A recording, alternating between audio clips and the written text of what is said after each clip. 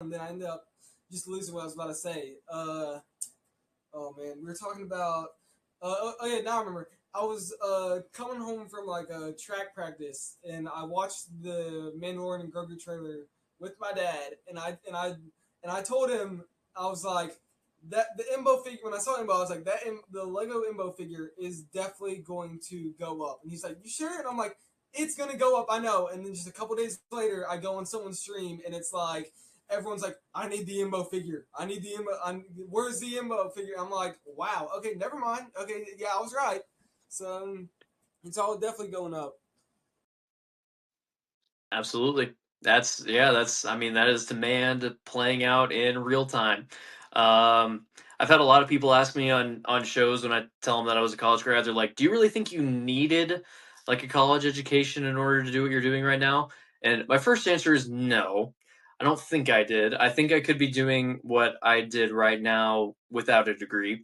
I will say that the ability to kind of like decipher trends and to kind of anticipate different supply shocks and different demand curves and stuff like that is a huge advantage. Obviously, you can learn that over the course of time. You don't have to have a formal education, but being able to kind of pick up on those trends and to kind of know how to market appropriately into them is it's a very strong advantage. Obviously, there's a fine balance between understanding demand spikes and ripping people off. That has become a big problem, and that's honestly one thing that Whatnot is kind of known for is for basically it's viewed as like kind of a scam website outside of the actual community. People think that people are on there like gouging prices and overselling things. And that is a big problem, especially with cards. That happens quite a bit, and there's a lot of scamming going on in cards. But it's like with the Whatnot like community, it's started to kind of come across as well. You can very easily take those supplies that are so limited and kind of artificially inflate those prices very quickly if you have a coordinated effort. And that's definitely something that happens with that embo.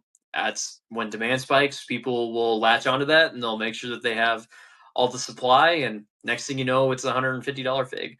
So it's yeah, there's a balance that comes between kind of knowing where the trend is going. Like you mentioned, you telling your dad this Embo's gonna fly, and he's like, "Really?" There's a difference between knowing that and then between kind of manipulating in order to just come out ahead and get some profit. Oh yeah, yeah, definitely. Especially like you're saying, get the profit and everything. Yeah. But okay, Malhi, I've gotta go. But this was awesome. So glad that you did this with me. So thank you for everyone that joined the stream. But I'm about to have to go do some stuff. So I'll just rate us into Eclipse minifigures because I know he's doing a good stream. But Malhi, again, thank you so much for doing this. Hopefully we'll do it again sometime. But yeah, just like I said, thank you for doing this. Absolutely. Thanks for having Absolutely. me, Thanks man. for having me, man.